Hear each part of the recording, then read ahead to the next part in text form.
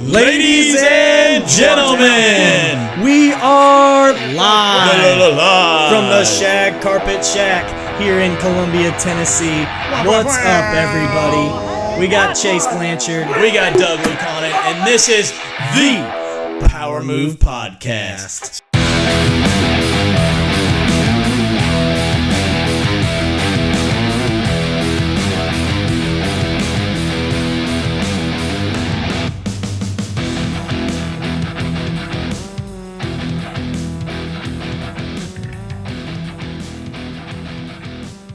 What's going on, Power Movers, and welcome to the Power Move Podcast. As always, one of your co-hosts, Chazé, and my boy, Doug. What's up, boys and Dougie girls? Fresh. And we got a very special guest, Tom Riordan, on the podcast. What's up? What's up, Tom? Hey, guys, we got a special episode, but before we get into all that good jazz, the Mo's of the Week. Mo's of the Week. Mo's!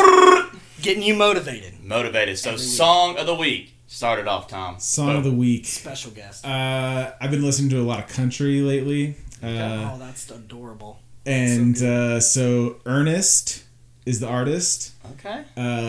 Album's locals only. Song, Sugar. Sugar. Reminds you of, sitting on the beach, which is where I like to spend my time. Right. I think we Wish all I want was to on be the at. freaking beach right now. Right. Yeah, for real. Jesus. I don't even want to be I in this don't know. room. We are in the Shag Carpet Shack. Yeah. Nothing on the beach, but we're in the Shag Carpet Shack. All right, a solid Better than second. nothing. Solid silver. Yeah. So it's a solid listen. He's a songwriter. Writes a lot of the big country stuff, so gotta That's check awesome. it out. Yeah. I think he was on. Was he on Bussin' with the Boys? Yes, Podcast? he was.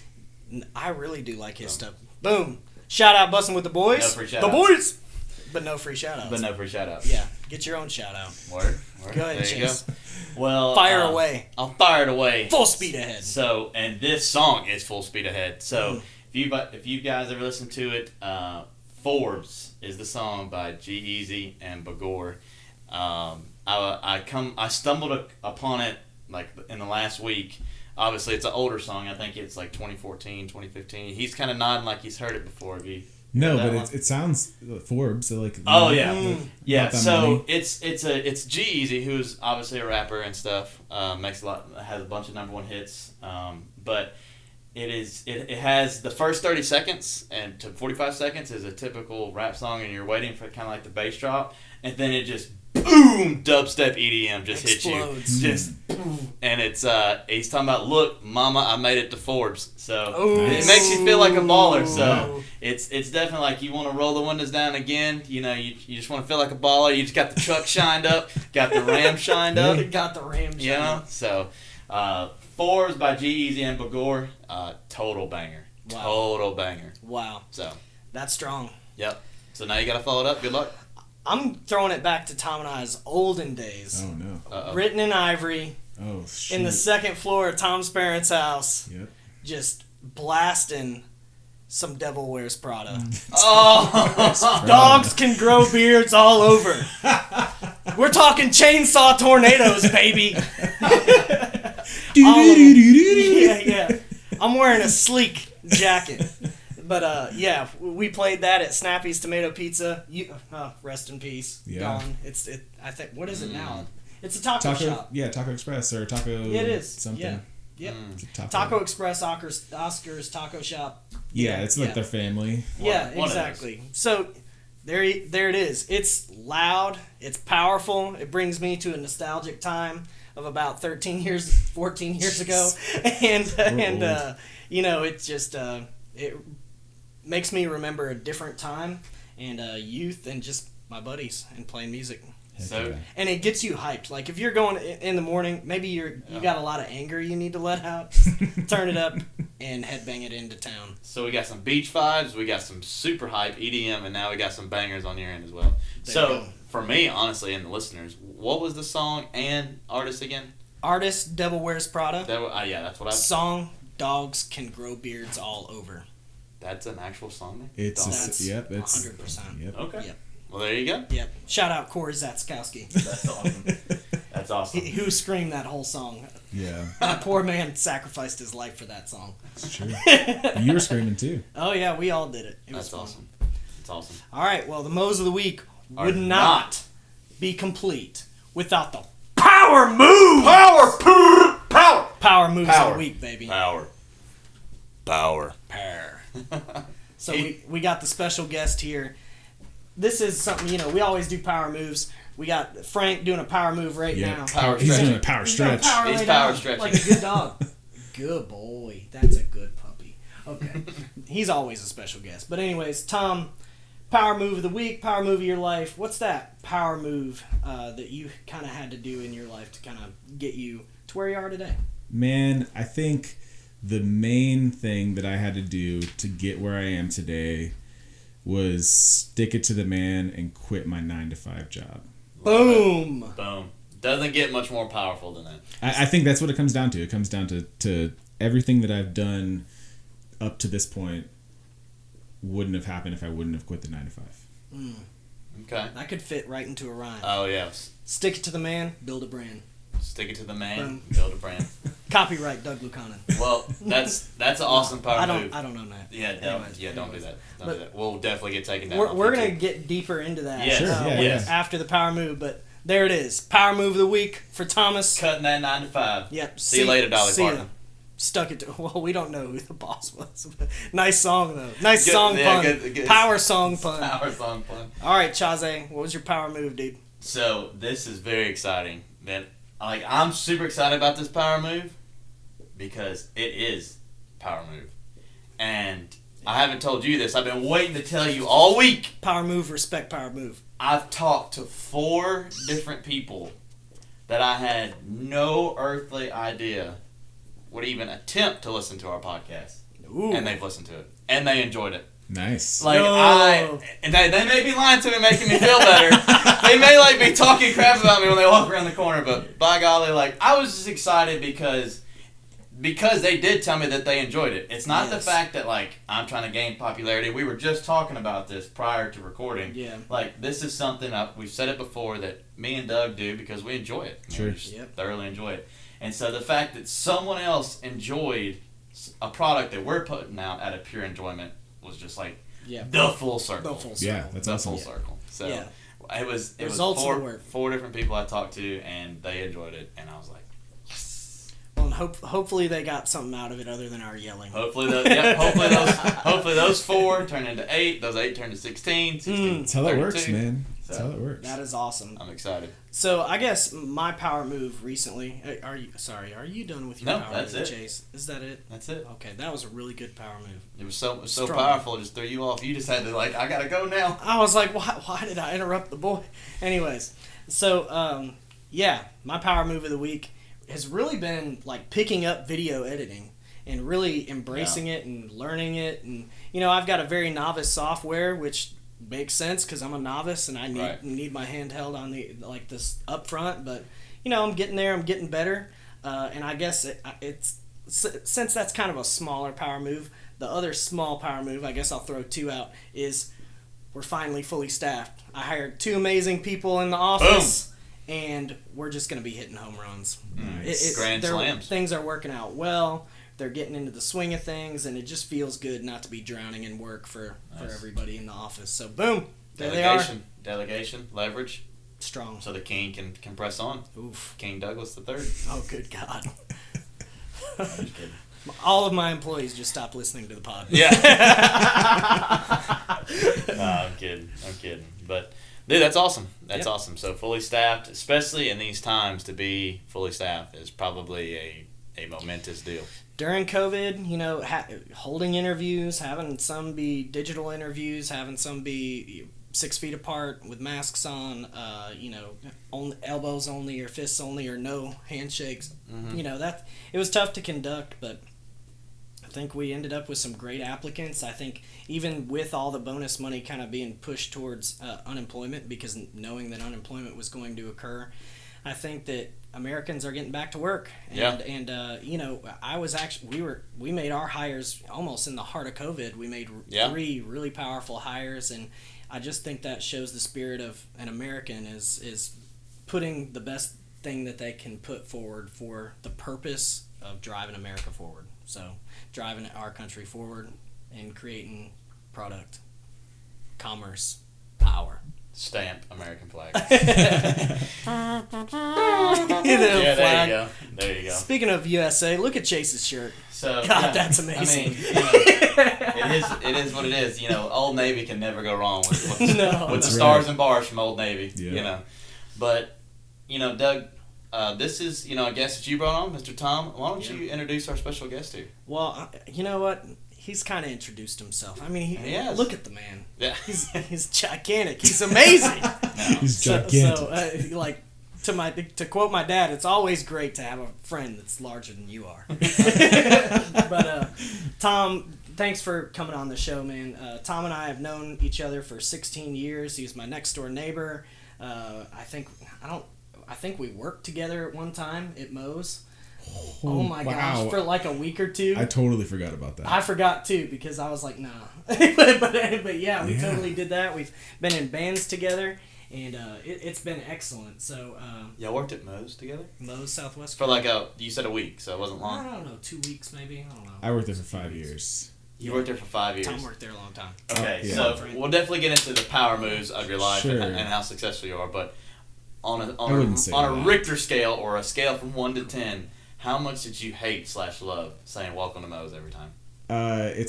So I think when you start doing it, it's like a burden, and then it just becomes like a normal thing, right? Yeah. Like people walk in, you don't even think about it. It's just like, welcome to Moe's, that's just like a normal deal. Does it fly out of you outside of work at the time too? No. Like you're in your living room and like somebody comes in and they're like, "Welcome to Moe's." I know I say that, but it's been so long since I worked there. I'm pretty sure I had dreams of welcome to Moe's. That really is. 5 years, man. You're addressing a check, like you're signing on the back of the check. You got to address it, and you're like, "Welcome." Yeah, no, I think it's a big deal when you start, and then eventually 1,000 times, 10,000 times, 100,000 times later, you're just saying it, on demand, so it's or on autopilot. So that's awesome. Wow. Yeah.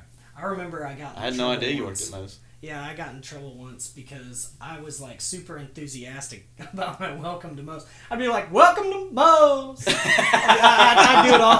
I tried different ways to spice it up, Well, welcome to Moe's, man. Welcome to Moe's, man.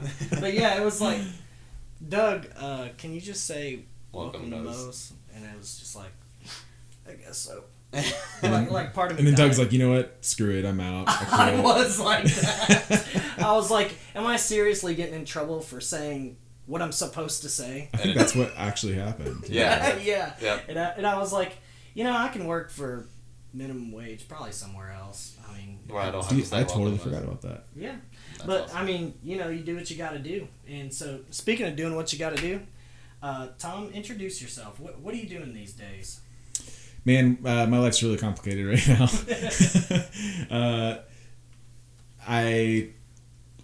Pre-COVID, I was doing production for conferences, so setting up audio and video stuff. Basically, I was freelance. I did that for 3 years, and then when COVID hit, basically, no traveling, no conferences, no live events, no concerts, nothing like that. So. I hate to hear that.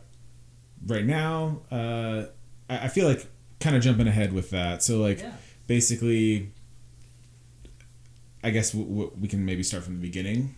Yeah, let's start from the beginning. Yeah, I mean, because your power move was leaving this 9 to 5. Sure, yeah, so that's let's what I'm start getting right at, there. right? Yeah. So So 5 years at Moe's. So I was going to Columbia State, and I knew that college wasn't for me from the get-go. I always knew that I wanted to be in a band. I always knew I wanted to tour. That was just what I was set out to do. And I feel like a lot of my friends enjoyed playing music, enjoyed doing stuff like that, but didn't actually see a career for them doing that full time. The vision, basically. Exactly, yeah. Whereas all along I knew this is what I'm gonna do. So I got offered. I was working at Moe's at the time here in Spring Hill, and I got offered an assistant manager job. And so basically I as soon as I got that job offer, I was like, well, anything that I do from Columbia State, like I'm going to be making more money now than I would going to college. So my parents hated it, but I stopped going to college and really focused my time with Moe's. I worked as an assistant manager with Moe's for a year, then got promoted when I was 20 to a general manager. Like full benefits, like salary, the whole 9 yards. General manager at 20? 20? Yes, yeah. Wow. And so, or I guess it was, the process was 20. I was officially like 21 when that happened. Yeah, but right? still, yeah. 20 No need to squabble. Yeah, 20 yeah. / 21 as an official GM. Yeah, like my own store, like I was the dude, you know, and I love it. You didn't. You no longer had to say welcome to Moe's. Everybody said welcome to Moe's. Welcome to Tom's. Welcome to Tom's. What you want? No, so you know, like you start seeing like what could happen outside of college. You know, everything's cool, but I still knew that like I wanted to do touring stuff. That never slipped. Never slipped. You know, and the problem with being a general manager at 21 was you're at the top of the food chain now. There's nowhere up to go. Right. You know what I'm saying? In a restaurant style, like you can be a area manager, you know, you can be like a district manager, which is essentially the same thing. But like as far as a general manager is concerned, like when you're talking about the food chain, like that's the top. And the person who was like area manager was like 60 years old and had been in the restaurant business for 30 years. You know what I'm saying? Like so substantial gap. Exactly. Basically. There was no chance of me moving up. So basically, like, you stay working in the restaurant business for the next 20 or 30 years with the hope of, like, that being your District next manager. thing, right? Yeah. So I knew from the get-go, like, this is cool. Like, it's good money. You know what I'm saying? Like, it's a good thing for my resume. But I knew that it wasn't, like, a final destination for me. I always have this thing that I tell people, like, don't look at your current job as your last job. Everything is always a stepping stone. For sure. Because if you start thinking that, like, this is the job, this is the one that I've been wanting, you know what I'm saying? Like, this is what it's going to be, you start settling. And you don't always, like, go after that next thing. So, long story short, basically I had gone to Universal Studios with my ex-girlfriend, or current girlfriend at the time, and watch your play of words there. Yeah. Easy, big trust. Easy. And came back Current home. girlfriends. I mean, So we went to Universal Studios, and just happened to be that while we were there was a event called Rock the Universe going on. So a bunch of like Christian rock bands that were playing. We had no intentions of like seeing any of them. We were just going for the theme park. Well, I specifically remember seeing this one band while we were waiting in line for the Twister ride, and I was like, oh yeah, they're pretty good, but they're, you know, nothing to like stop over. Like we just keep walking. Right. So we had came home, and I was interviewing people, and this guy came in, looked like he was in a band, and now who are you interviewing people for? For Moe's. For Moe's. Yeah. Okay. For Moe's. well, Tom's, but yes. Yeah. Yeah. So I came home, went back to work at Moe's, and because that was just like a little vacation, started interviewing people, and this guy came in, looked like he was in a band. We ended up hitting it off. I hired him. I had no idea if he was in a band or anything like that. Long story short, he was in a band called We As Human, and they were the band that was actually playing on that stage while I was at Universal. So like universes align. I don't know. Wow. So Universal line. So Universal Studios. So a quick pause. Quick pause. Side note there. You reference it. You said he looked like he was in a band. Yeah. What does that description look like? Probably like mostly black clothes. Maybe Okay. like I don't know, like a hairstyle that's not you know like. Like you look the part. You look the part of a show, I guess. Yeah. Right. Yeah. I was just curious, like just for my curiosity, like you see people you think that are in a band maybe, or an athlete because they're wearing a lot of athletic clothes, Sure. or former military or something. So like skinny jeans, maybe Yeah. like, you know, the proper shoes, like a hairstyle, like whatever the case may be. Let me jump in real quick. One more additional thing. I just want to tell everybody, I was in multiple bands with Tom and people around him too. guys, Tom was the only one that was going to make it. like, Tom was dedicated, and he was playing drums since he could hold a drumstick. Like, he really worked hard at it. So it's not easy to do. And I invested my money into it. Yes, everything that I had, like all of my stuff drum wise was like top of the line, tour ready when I was like 15. You know what I'm saying? Like, yeah, legit. Like you said. But back to your story, though. Yeah. So basically, I had hired one of the guys, and like I said, he was in that band. After I had hired him, I found that out. Well, long story short, I ended up hiring two more guys. So I had 3 guys from one band working for me. Wow. Stars. Some entertaining shifts. And everything was great. Like, we were getting like good reviews and everything, because like, you know, musicians are entertainers, and so like this Mo's rocks. Yeah, when it comes to like customer service, like that's just a natural thing. Yeah. So they found out I played drums. They needed somebody to fill in on a tour with them, going out with a band called Red, and so I used up 2 weeks of my vacation time and went out on tour with them while I was working at Moe's. Wow. So, and getting paid. There you go. Yep. And Champ. so power moves. And so basically I came back home. They're like, look, we're about to go out on a tour with Shinedown and Papa Roach, and we want you to come full time with us. No big deal. Boom. No Guess big what? deal. Simple artist. Papa Roach. Low key. Last week's song of the week from the Power Move podcast. That's it. Born for greatness. I quit my job, and I had just bought a house. I bought a house when I was 20, and I had literally just bought a house right as I became a general manager, and was like, well, I don't know what like how I'm gonna pay bills, but I know that I'm not supposed to be here at Moe's, and I know I'm supposed to be touring, and this is gonna be a good opportunity for me. Wow. So Shinedown and Papa Roach. That was my first tour. We as human. Wow. Yep. Shinedown, Papa Roach, Skillet, and Skillet. Yep. Oh my gosh. Do you feel like a monster? Yo.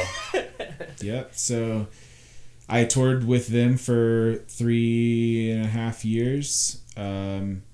And if you would have asked me, like, when I was touring, like, what would I be doing today? Like, I would say I'm still going to be touring. I'm going to be touring the rest of my life. As a drummer. Like, you're the drummer. So, like, basically, they had brought me out. I should clarify that. So, they brought me out to tour manage and basically run, like, all their day-to-day stuff. And I filled in on a couple tours with them, playing drums. So it was kind of like my idea of like, well, I can get out. I know management. I know like running day-to-day stuff. You know, I can play, you know, the whole 9 yards. So the whole idea of me going out on tour was to eventually find like a full-time gig playing drums, right?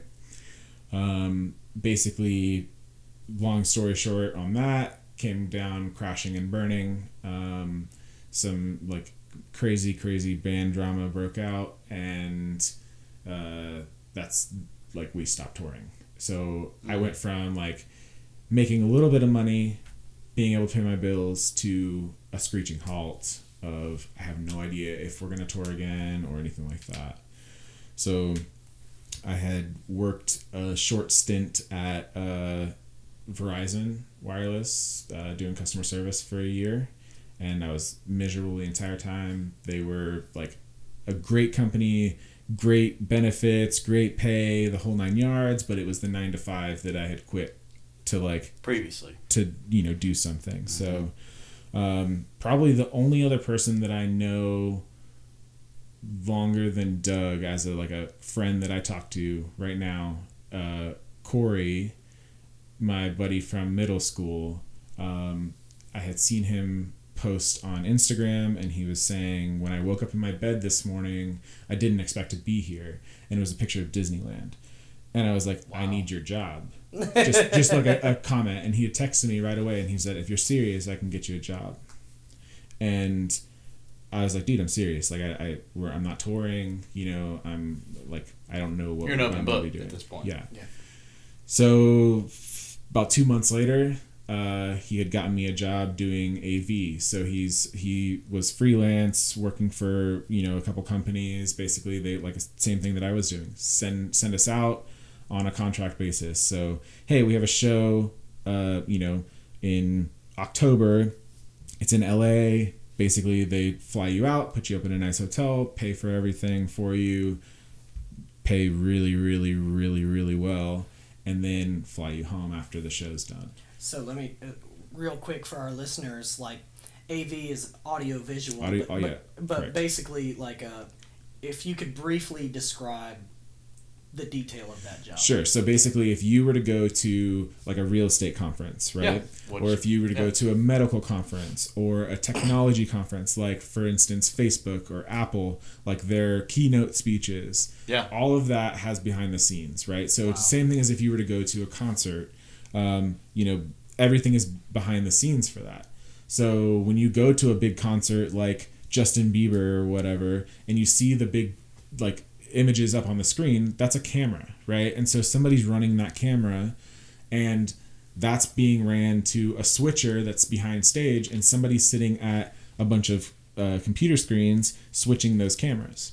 Wow. Kind of like what we were talking about with you editing this podcast, right? Yeah. If you have multiple camera views, this is the exact same thing, except for on a Justin Bieber concert, maybe there's 10 or 15 cameras, and there's maybe 1 or 2 video switchers that are actually switching and calling cameras, right? Wow.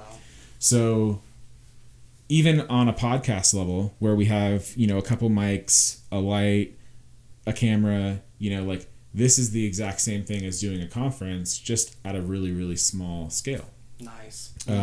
So typically, like on a medical conference that we would, go out to, it'd be like a crew of 4 or 5 guys, and we would go into an empty like ballroom at a convention center and set up the screens, set up the projectors, set up all the computers, set up the lights, the whole 9 yards, all the audio equipment, 10 mics, whatever the case may be, and basically get it tested.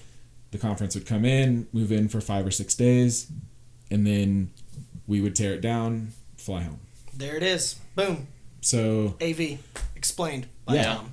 I mean, that's really interesting. It sounds like a rough job, but it's probably the easiest job there is if you're willing to learn. So like, absolutely. I think that's another thing that kind of go into like what we were talking about, like power moves and stuff like that. Is when I started touring, I had no idea about anything audio or video. Like I played drums and I worked at a frickin' restaurant. You record like songs on your laptop with a mic. Doug and I would record stuff to off tape. Of cassette. Cassette tape. Yeah. Kids can't say that anymore, man. We had the craziest recording style. And you know what? There was something that came out, I was like, hey, that's actually not bad. Yeah, but like, so he would record it to a tape, and then I would take a pink mic that I had, because it was just like pink karaoke mic, that went directly into my computer, and I would hold it up to my boombox and like just record it through, so that way we could have MP3 to post on MySpace. Play the post record. on MySpace. Yeah. Oh my gosh. Craziness, man. You said in one sentence, you said cassette, pink mic, MySpace, karaoke. Yeah.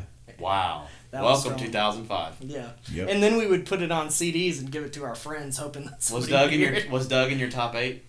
Oh yeah. Top 8. Yeah, when like top 8, top 4. Tom was like, you remember Tom's still in my top 8. You know what I'm talking about though, my right? MySpace is still out there. The top 8. Actually, all of them are. Anyways, oh my god. Well, that is insane, man. So that's what you're currently doing to this day. Is that correct? No, he's recording cassettes today. Well, no, but we get it. I know it's a long story, but So with doing AV, it was all freelance. So I typically would make sure that like I booked myself out 6 to 7 months of the year, and then the rest of the time I would usually take vacations. Like we'd do 3 or 4 vacations a year.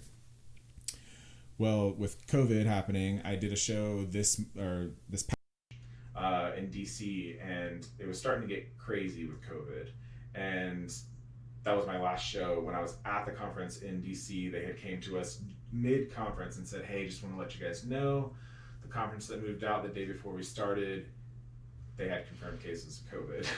And they're like, the CDC says we have nothing to worry about, but just want to let you know. And I'm like, okay. Like, I was the lead on that show, so I'm like trying to figure out, what do we do with our guys? Like, did the show continue? Mm-hmm. And the show continued, and whatnot, but then that show, we started getting text messages, hey, this show in San Jose canceled, this show in Orlando canceled, this show in and Baltimore canceled, like whatever. So it went from having an entire year almost booked out for me to zero income.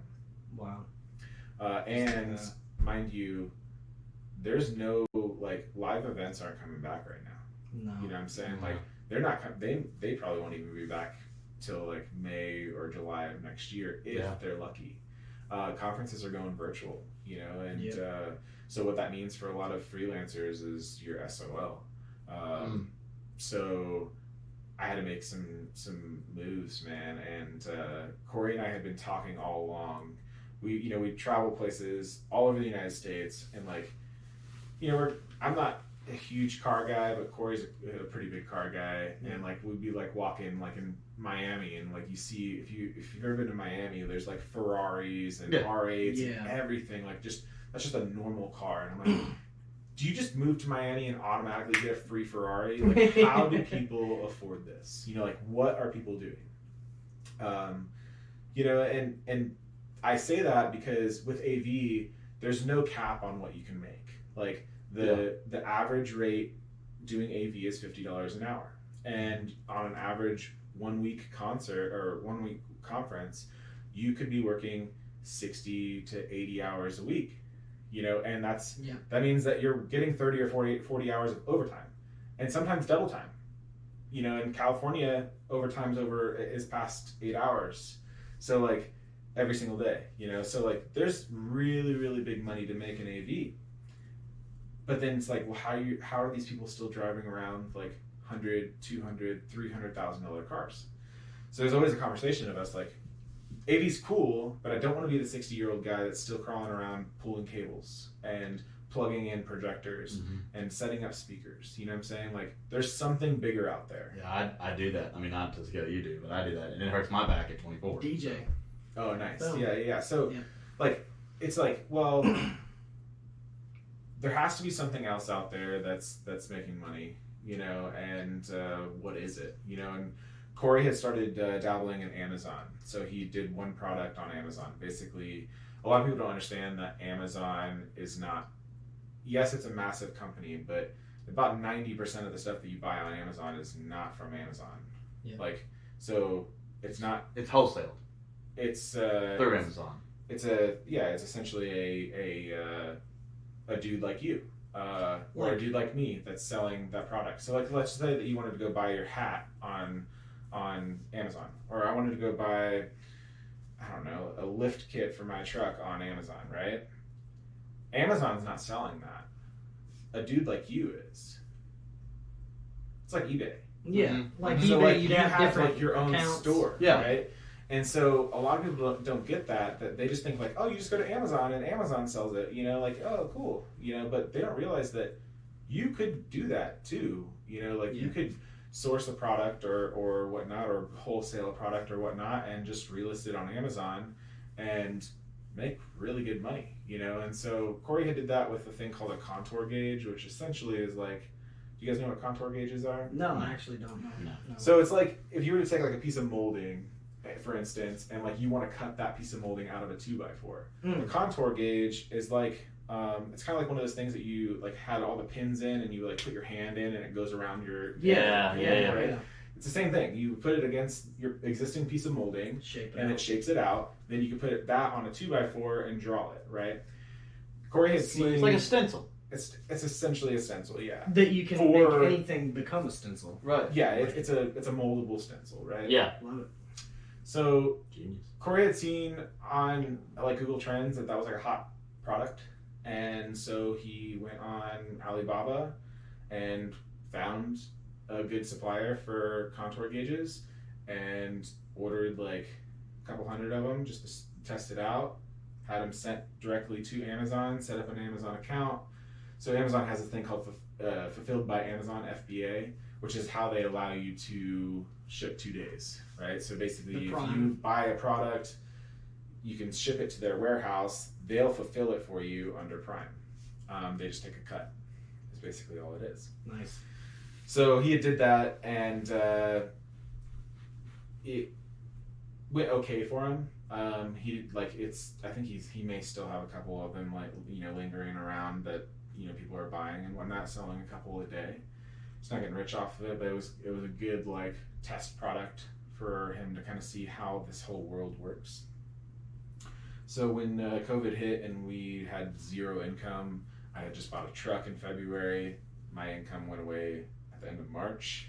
I have a mortgage, the bills don't stop just because COVID. No. Exactly, right? And so like at that time we didn't realize that, unemployment was going to be baller, and but now there's unemployment. So it was kind of like a whirlwind for the most part. So we knew that we had to make some changes, and we knew that live events weren't coming back. So we decided, let's go into e-commerce and like actually go into it, do an LLC, full bid, yeah, full on, all in. So we had met up with Doug, kind of like ran some ideas by him. Hey, what do you think of this? What do you think of that? How would you structure this? The whole 9 yards. And basically started a company. So we did a lot of research. We went on like Alibaba, AliExpress. We went on a bunch of different websites online, just trying to find like Google Trends, see what people are buying. Because like right now, especially as of the last like 4 months with COVID, people don't want to go into stores, right? Like people want to buy stuff online more so than what they did back in March. Right. Personally, I don't do shopping on like at stores or anything like that. I buy everything, like especially for holidays and stuff. Buy everything online, get it shipped to you, be done with it. Yeah. So we had seen a trend that kitchen knives were a big thing, which is, I looked at Corey and I was like, dude, kitchen knives? Like, are you freaking kidding me? Like, that's the like best the most idea you got. boring thing in the Yeah. world. So we had found a supplier for kitchen knives, and basically we built an entire company around kitchen knives, and I think right now we started officially selling May 25th, and over the last like 3.5 months, I think we're at like $130,000 in sales. Boom. There it is. So that's awesome. It's been a whirlwind, but like we've had to like completely build a business from the ground up. With e-com, a lot of people do what they call like drop shipping. So like right. Most of these Facebook ads that you're seeing on your phone every single day, all day long, are dropship stores. Blenders. They're not. Dr. Squatch. Dude, the blenders thing is huge, and there's a lot of knockoffs. Blenders are sunglasses, not actual blenders. Yeah. There's a lot of knockoffs out there, but the blender sunglasses. I actually have a Movement watch. Have you seen MVMT? Yep. Oh my gosh, I've seen that. Okay, so MVMT Movement, they were a dropship store. They had found their product on like Alibaba, contacted the supplier, made some adjustments to the watches, how they wanted them, because you don't have to just sell like whatever they list from China. You can contact these suppliers and say, hey, I like your product, but I want it to look like this. And you can draw it up for them. You can have somebody draw it up for you, like whatever the case may be. You can customize your product 100%. A lot of people don't realize that. So MVMT ended up selling to Movado for $100. I think I've seen Movado recently too. Movado is a luxury watch brand. Yeah. I think I saw it at Jarrett's. Yeah, I know. No, they have like the consumer, but like they're I want to say their watches are a couple grand. I could be wrong about that. I don't know. But I think that they're like more of like a mid-level, higher like watch brand. But anyways, I want to say it's $100 million they sold to. 100 million with an M. Mm. That's pretty strong. Yeah. So Tom, kitchen knives. Where could people go to kind of like look and see the product and see if they want to buy? So we have a website called foldedsteel.com, and basically the whole idea is we sell like 5-piece knife sets. They ship here from Colombia, and we usually do like 2 or 3 day shipping on them. But yeah, it's it's it's been a fun process for us, like to really like learn and see what what the ins and outs of like building a business is. Oh yeah. I mean, we've down to like branding, down to the whole 9 yards. Legal, everything. Yeah, I mean everything that we do on Facebook advertising, all of our packaging, all of our, the customer service aspect, and so that's where I've been able to kind of bring a lot of those things like managing, customer service, like the creative side, and kind of merge that with Corey and create that. So, and Corey's extremely creative. Yeah. Like he'll probably have some like, there's some off the wall ideas in which you're like, nah, we're probably not going to do that. But there's some you're like, oh my gosh, like that's a really good idea. Dude, he has good ideas for so many things. Yeah. And so he takes care of a lot of our ad, or most of our ad stuff. And so the whole goal with e-commerce is to basically eventually get this get 2 or 3 stores running for us. Nice. And not have to work again. Well, and what's also cool about it is that this end product, this being sold online, these are hand done steel, right? Like this is so they're Damascus steel. They're handmade. And we have the nice thing about it is that we have 100% control over the quality of the product. So when the knives actually come to us, we inspect them 100% to make sure that before we send them out, they are actually good product. That's awesome. For sure. I think that's the difference with a lot of those. The drop shipping, like I was saying, you set the standard basically. Yeah, with drop shipping, like basically you never see the product. A lot of these like the knockoff like sunglass companies that you'll see, or the crazy ads that you'll see that look fake.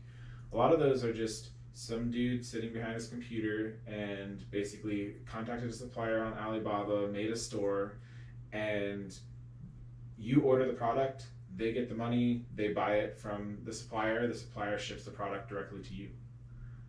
And the person sitting behind the computer never sees the product. Yeah. They just make the money off of it. Wow. Which is fine. I mean, that's a huge thing. Like, likely for Black Friday, you're gonna get like just blown up with Facebook ads for anything. I mean, you could sit here, start talking about sunglasses, and I guarantee you one of us tonight, when I unlock our phone next time, it's gonna. One of us tonight is gonna have a sunglass ad. That is how that works. Nice. So that person is targeting people who are interested in sunglasses. Yeah, wow. It makes sense, and it deals with algorithms as far as Facebook and other marketing areas. Mm-hmm. Not only is it social media, but it's using media for business as well, and I think that's a big part of it. But also really cool to have something like this in Murray County. I think that there are a lot of places that are kind of taking advantage of this, but not so much in Murray County, and Tom's kind of like a trendsetter there. Yeah. So that's really cool. So you said Chase? So you said you want to have 2 or 3 stores. Now you're talking about e-commerce stores. Mm-hmm. So you're not talking about brick and mortar locations. No. Nope. Have zero desire to do that. 2 or 3 e-commerce stores that the idea is to eventually get something like this to a third-party logistics like Folded Steel to where we can still have control over a lot of the quality and everything, but we won't have to fulfill orders from our house. You know what I'm saying? Like we won't have to deal with like right now my basement is the Folded Steel warehouse. I have a really big basement, but like that's storage, that's all of our boxes, that's actually like fulfilling orders, printing out labels, sending them out, taking them to the post office. So we have hands-on for everything right now. Whereas eventually we'll get that. You want to delegate. Feel comfortable, we'll get that to a fulfillment center that does it, or we'll eventually get a little warehouse and hire somebody to do it. I'm all for that. Like finding a good buddy who is making $20 an hour and pay them $30 an hour to do it. I don't know, like share the wealth a little bit. So. Well, yeah, and like brick and mortar location, it always sounds good to have a brick and mortar location, but you got to think there's always cost and cost that you can't even control in a brick and mortar location, and it usually ends up resulting in a higher cost of your product For sure. and less Overhead. sales. Yeah, so and it's overhead you can't control. You know, your utility bill is going to fluctuate. Somebody wrecks into your building, that's a problem. You can, you know, so there's a lot of advantages to kind of being remote like that. So That's awesome. So we got Tom on here still. We're talking drummer, owner of his own business, and still freelancing AV. That's the trifecta. It is, dude. He's like, so are you still drum side though? Like Tom, I haven't seen a drum cover in about a minute, dude. I need to see one of them drum covers. It's been like a year, dude. I got rid of my SJC kit and I bought a new Pearl Music City custom kit. Oh, nice. But I had a baby and I've been trying to travel like crazy. You know, and pre-COVID, and then now with folded steel stuff, I haven't made it a priority. Courtney literally texted me today and said, like, while I was on the way, she's like, Tom, we have to do a drum cover. Oh my gosh, I thought you were gonna say she's pregnant. Oh yeah! I was like, oh, love reveal! No, that's awesome. We have to do a drum cover. Yeah, because she's been itching to do some drum covers for me for her portfolio, and so yeah, I got to make some time to do some covers for sure. That's strong. I know the fans are waiting. So what? Just off the rip, 1 to 2. What's some of your favorite drummers of bands? Like what's? It sounds like you're heavily involved in music. Sure. I hate answering this question only because everyone always goes to like the classical music, like, oh really, like you Rush. Yeah, exactly. Yeah. Like those are the guys, and I never listened to any of that. Right. Like I didn't listen to literally any of that. So I grew up. What got me into rock music or playing drums was actually my sister was listening to Slipknot, and that got me into like rock music, heavy drum rolls. Yeah, and then what really got me into like wanting to play drums and doing it for a living was the band Under Oath. So Aaron Gillespie, and then like Corey and I would, like, in middle school, we'd get together at my dad's house and get the cops called on us playing music to like Blink-182, you know, so like and stuff like that. But I wouldn't say he's an influence of mine, but those are the people that I would go back to, not the like classical, not the just typical answer. Drummers. Exactly. Yeah. Like you said, Rush, AC/DC, early Metallica. That's what. Tommy Lee, Motley Crue. No, strong. Yeah. Motley Crue's like Chase's favorite. Oh, really? All time legend. Yeah. Nice. Kickstart My Heart is his theme song. It is of my life. It just plays while he sleeps over and over again in his head. Are you being sarcastic? No, that's 100%. That's full on for real. I said that, and he was like, it broke his heart. Freaking serious. Yeah. I don't care how big you are. You're gonna die. Did you see them live? Like they don't play anymore. Well, they don't play anymore. Of course, they're supposed to do the tour this year, right? Gotcha. Yeah. They were teaming up with Poison, Def Leppard, and a lot of those. So obviously they're no longer in their prime. But I wasn't even alive. I wouldn't even have thought back in their prime.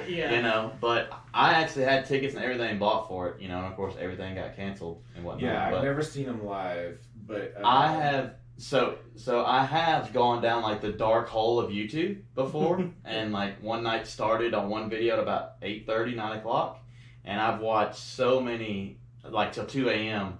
of like live shows, 82, 84 world tours from Germany to Vegas to Cali and to Japan and stuff, and I've just watched YouTube videos, and it is pretty cool. It's really cool. We did that Shinedown tour. The Nikki Sixx used to come out all the time That's so cool. to different shows like Vegas and LA and stuff like that because they were good buds. But because is Shinedown from LA? Shinedown is from where's Shinedown from? I think they're kind of all over. They were a band that was built by Atlantic Records. Oh, so like, wow. They were like a. I love their music. Atlantic put that band together because they knew it was going to be good. You know what I'm saying? Right. Like their guitar players from Memphis, and I want to say their drummer lives here in Nashville. They're kind of like all over the place. I'm not sure where.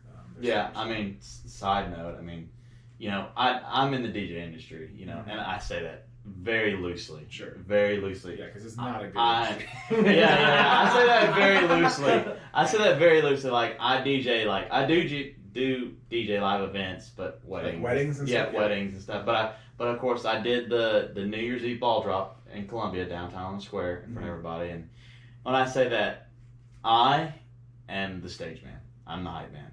Like, I know how to plug and play a little bit, but like audio engineering and stuff, I have a decent ear for audio, as far as adjusting and stuff like that. But I'm definitely just the guy like that is not afraid to get up on stage. I get up on stage, so that's really awesome to hear. You know, the burning question that I was thinking of is, you probably can't answer it wholeheartedly right now, but everything kicks back 150,000% next year, May, June. Are you wanting to get back out there one day in AV? So basically, I've been doing virtual events. Tomorrow, I actually go to Nashville and do a virtual event. And this week, I've been doing video editing. So again, a burning question that was in my mind, you know, talking about your e-commerce store and how successful it is, and like you said, which kudos to you on the quick adapting to a changing world and market and stuff, and obviously providing for your family. But it's probably hard to guess right now, but if things go full blast in next year sometime in summer, is getting back on the road of like a full gig, full concerts, full conferences, but next year sometime, 2021 summer, is that something that you're really potentially looking for or itching to do, or what? So it's hard because so right now I'm doing like some virtual events, and I'm doing like video editing for the virtual events. All of that is still at normal rate, so it still, you know, doesn't suck. Right. That's good. If e-com can continue being like what it is right now, then absolutely not. I'll probably do like 5 or 6 events that are at my discretion for the fun, maybe. Because they either make a ton of money in 1 week, which there are a few. Like there's like a big oil conference in Houston that you basically go to, and you know that you're gonna get like 50 hours of overtime, and your feet are gonna kill you, and you're gonna be dead for the next 2 weeks. But that check, you'll be laying on a bed of money. Exactly. So it's like a good cash grab, you know. Yeah. Or there's just some cool events or cool like places, you know what I'm saying? So, you know, there's a lot of companies that do like international stuff. So like if you can get a show in Cabo, for instance, you know, like on the beach. Corey does a show in Cabo in January, and like if you can land something like that, then why wouldn't you want to do that one every year? Right. Yes. You know. But no, I think if I can do if the store continues to be lucrative and I can get a couple more under my belt, no, I'll just travel for fun. Oh Nice. Man, that's awesome. Sweet. Well, Chase and myself and our spouses, well, your future spouse, and like some people are out there wondering like, what's it like to be a parent? And you know, you've gone through like so much change in such a short time. Like before COVID and all this stuff, like let's take you back 6 months ago or a year. Let's take you back a year ago. Yeah. He's not a dad. He's like basically got the AV job and doesn't have his own business. It's coming in strong, but like boom, COVID, change your life. Boom, baby, change your life. Like right there, close to one another. Sure. And boom, bought a truck. You know, Yeah. so like a lot of changes close, but like the main thing is, Tom, I've known you for a long time. How's it being a dad, dude? It's awesome. I think everyone always says that, like, oh, it's awesome. I'm like, okay, well, cool. But like, what actually is it like? I don't know. We got really lucky, I think. You know, like Haven slept through the night really early on. She doesn't really cry. You know, she kind of does her own thing. I like to think that she parents us sometimes, and I'm like, oh yeah, she Holds probably, you just accountable. She probably shouldn't be like playing with the DirecTV box, but she's not gonna break it. So like, That's awesome. Should I stop playing Tony Hawk right now? Yeah. Should I put this down? No, man, she's okay. So obviously, with me traveling, I obviously knew that Courtney was pregnant. She was due in October. I had done a show in San Francisco, got in the Uber to fly home, got in a car accident on the way to the airport because somebody sideswiped our vehicle at the exit for the airport, mind you. I'm sitting here on the freeway with my suitcase, like about to miss my flight. And luckily the dude like was a total G. He had to. And so you're it was going like, home to your wife that's about to give birth? Yeah, so she's close, right? Right. And we're at like the split off, like the freeway keeps going. Here's the exit for the airport. Yeah. We got hit, so the dude actually passed the exit for the airport because he had to pull off to the side. So like they do their thing. I'm sitting in the car, like what the heck? Like we already passed the exit, you know. Yeah. The dude gets in the car. He's like, "What time's your flight?" And I was like, "Dude, my flight like takes off in 30 minutes." He puts the car in reverse on the freeway, backs up, and then makes the exit for me. And so I get there, get the flight in time and everything, get home, and Total G. Total power move. Dude. Power move by a random guy. I had a headache, and I'm laying on the couch. Courtney comes over, and I was like, "Hey, can you rub my head?" So she squats down to rub my head, and she said, "Tom, I didn't just pee myself." She's like, "My water just broke," and she was Frank's excited. couple Come on, Bubby. weeks early, and so we go to the hospital. I was supposed to go to the gym that night. I go to the gym 3 days a week with my dad, and so it's like super important to me. So adorable. So I brought my gym clothes. I was like, well, like if you're not actually gonna have the baby, you could just drop me off at the gym. You know, like, I gotta get these gains right in. next to each other. Yeah. You know, Yeah. and so Gotta like get practice picking up that little haven. that's like her favorite thing to say now because like she's like, yeah, Tom brought his clothes to the gym or to the hospital. Like, I was having the baby, so Dedication. we get in there and like, yeah, you're having a baby. So, but if it wasn't for COVID, I would be on the road. And so I have been so freaking lucky. I did like 4 shows from October to March, and wasn't gone very long, you know. And so I've literally been home since the end of March every single day. That's wow. So it's been a blessing in disguise for sure. Yeah. And I think that's also where it kind of lies in, like Courtney she films weddings and she does, she works full time for a YouTuber. And so with that, like she's traveling a little more. So it just makes sense for me to be home and not do, like a full schedule of traveling gigs anymore, especially with her. I'd rather be traveling with her, doing fun than like traveling for work and having to be, actually working. So that's the goal, man, right? Like who doesn't want to have that of like, you want to build a schedule for yourself, whether it's like real estate, right? Mm-hmm. Like you want to be able to like create your own schedule. You want to be able to provide for your family, and the whole idea is to work less, make more. Right. Yep. Smarter, not harder. Yeah. So before you go, for our listeners and really for anybody that anything that you've picked up from your experience on this weird rock called Earth. It is weird, man. Yeah, it's very weird. What's a piece of advice that you think you picked up that you can give to the audience today from your experience? I think everyone always hates their job. Like probably did 90% of people you talk to, they're like, oh, I hate my job, or oh, I gotta go to work. Yeah. If you're not truly happy with your job, then quit.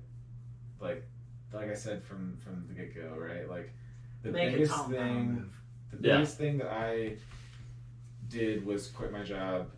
Most people, and then I had to quit my job again. Like I said, I was working at Verizon, and then I had to make that move to quit. consistent income for a year and go and do AV that wasn't guaranteed. It's freelance. You know, they told me when they're like, yeah, we can get you some shows, but they're not guaranteed. And it may be a month or so with no shows before you're able to actually get a show. And I was like, yeah, that's fine. I want that. And I think it takes a certain kind of person to, Yeah, it does. After you've done something like that, to survive in that role. It does. I guess something that I think Tom's kind of like paraphrasing a little bit, but when Tom goes for something like, and it's independent, it's his business or it's his freelance job, or he's doing a drum cover, like he looks into it almost competitively, like he wants to be the best as when he does it. He doesn't really stop working. He stops doing the job he doesn't want to do, but we all work at something. Yeah, like, for sure. You got to man. put in the time and the effort to get like It's a different type what of you're work, talking about, right? Like, it's a work you enjoy, and it's a work that Yeah. you're doing for yourself at that point too, right? Like, yeah.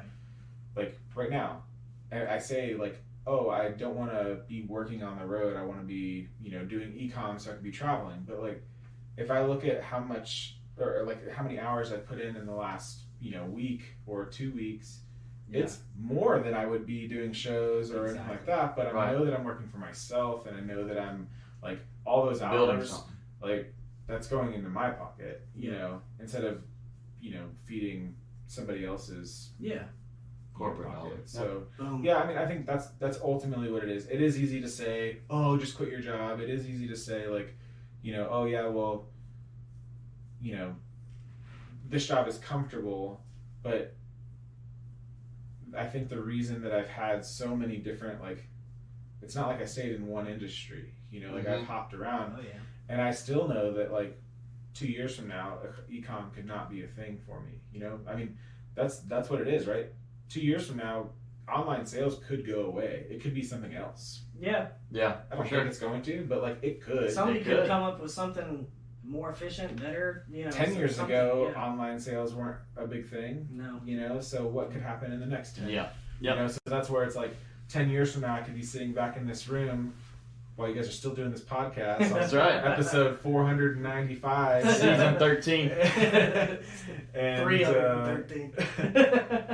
you know, and it could be like I have a car wash business. You know what I'm saying? Yeah, Like, I car don't washes care. are really in right now. At the end of the day, man, like if I can provide for my family, if I can still like take some pretty cool vacations and I can like be comfortable, I'm not trying to get rich. I'm not trying to. I mean, I'd like to drive a McLaren. That would be a nice like. Yeah. you We know, can make that happen though. next There's pod rent that I supercars do- in Nashville. Oh yeah, we could get you one. You can drive a McLaren for like a day. No, see, like Yeah. like next pod that I do for you guys, like a part 2, you know, hopefully I'll be driving the McLaren. And That'd be I don't know. I don't know. The I take it easy at the driveway, but yeah. I'd probably prefer that. You might just want to drive the Ram over here just because of the driveway. No, but like That's awesome. I think that's You gotta have goals though. Yeah. yeah. Something to shoot I'm for. not set on doing one thing, and I think that's my overall advice. Don't be set on doing one thing. Don't be set on one job. Don't be set on like one goal. Like, Yep. things are gonna change. Learn to adapt with it, and then roll. Boom. Love it. I love it. Awesome. There you Tom, go, listeners. shout out them socials. Where can they find those drum covers? Where can they find the folded steel knives? Yep. Where can they find Tom? So my Instagram and everything handle is Tom Freakin' R. So Boom. Tom Freakin' R with 2 E's. FREEKIN. Slick. EE. And foldedsteel.com. That's FoldedSteel.com. There it is. that's what it is. That's all. Power move. Boom. Awesome. Thanks for being on the show, Of Tom. course. Thank you, listeners, for tuning in once again to the Power Move Podcast. This was Dougie, this was Chaze, and this was Thomas. See y'all later. It is what it is. Deuces.